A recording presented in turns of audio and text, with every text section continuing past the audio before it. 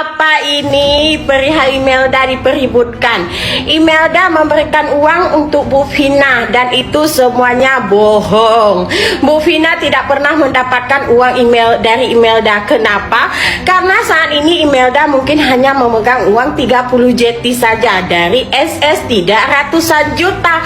Semua yang dilakukan oleh SS itu hanyalah gimmick. Ya, gimmick dalam bentuk bersedekah, dalam bentuk membantu. Ternyata faktanya semua dilakukan SS terhadap Imelda itu dalam bentuk kerjasama, ya. Imelda dikontenkan, Imelda live station jor-joran dengan SS, dan semua yang Imelda dapatkan itu hasil kerjasama, bukan dalam bentuk bersedekah.